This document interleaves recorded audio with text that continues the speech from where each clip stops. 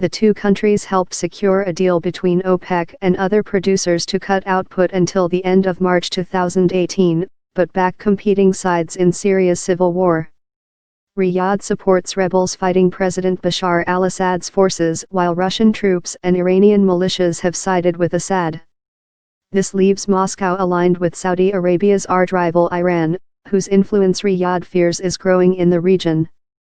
The Saudis want help on Iran, and Russia wants trade and investment, said Mark N. Katz, an expert on Russia-Middle East relations at George Mason University. In the Saudi mind, they're definitely linked and the Russians are going to try to separate these. Billboards have been erected on the road from the airport to central Moscow welcoming King Salman in Arabic and Russian. His son, Prince Mohammed bin Salman, visited in May just before his elevation to crown prince, and in 2015 the country's sovereign wealth funds agreed to $10 billion in investments.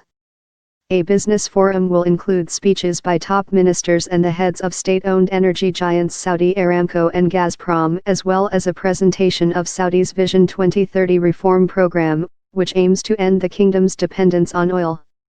Syria and Iran. Moscow sees the trip as a payoff for its two-year-old intervention in Syria and recognition of its growing Middle East clout.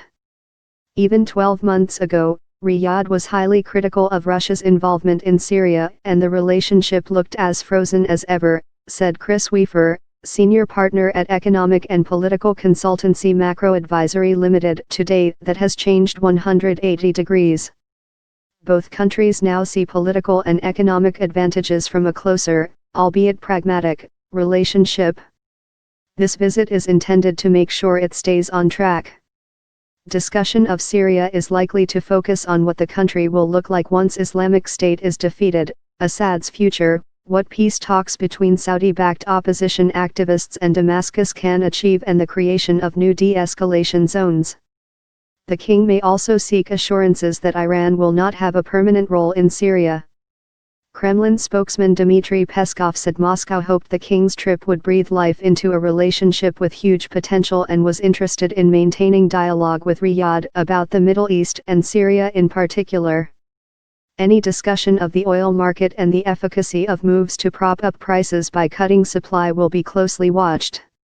The oil price fall in the last 3 years has overstretched both producers' budgets, making an extension of joint cuts beyond March 2018 more likely. Moscow said last month it had discussed with Riyadh extending the deal, but no specific decisions had been made ahead of a November 30 producers' meeting in Vienna. Russian Energy Minister Alexander Novak said in an interview broadcast on Monday that the planned $1 billion fund to invest in energy projects was part of efforts to strengthen cooperation in oil, gas, electricity, renewable energy, and other projects. Russian firms are also discussing deals with Saudi Aramco, such as providing drilling services in Saudi Arabia, and Russian oil giant Rosneft's interest in crude trading, he added. Russian Economy Minister Maxim Oreshkin said on Tuesday investors were interested in a nuclear energy plant Saudi Arabia wants to build, and Saudis would be offered investment opportunities including in shipping company Sovcomflot. A Russian energy source said a memorandum of understanding, MOU, was expected to be signed between Novatek and Saudi Arabia on a liquefied natural gas, LNG, project, known as Arctic LNG 2, that aims to start up in the 2020s. He said details were still being discussed. Russia would like Saudi Arabia to become a shareholder in the project, but the source said there were also other roles the kingdom could take. Saudi Aramco and Saudi Basic Industries Corp. SABIC, is expected to sign an MOU with Russia's biggest petrochemical firm Sibur to examine opportunities for building petrochemical plants in the two countries.